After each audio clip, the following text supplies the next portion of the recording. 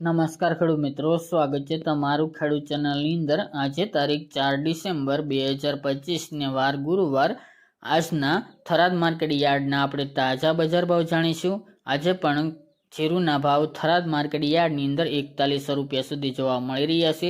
તો રોજ સામાન્ય વધઘટ સાથે જીરુની બજાર જોવા મળી રહી છે। વાયદા બજારમાં પણ સામાન્ય ઘટાડો જોવા મળ્યો હતો। ફરી આજે સુધારો પણ જોવા મળી રહ્યો છે। 20,000 પ્લસ વાયદા બજાર પણ જોવા મળી રહી છે। મગફળીના ભાવ પણ 1400 નજીક જોવા મળી રહ્યા છે। તેમાં પણ આ મુજબ બજાર ટકેલી જોવા મળી શકે છે।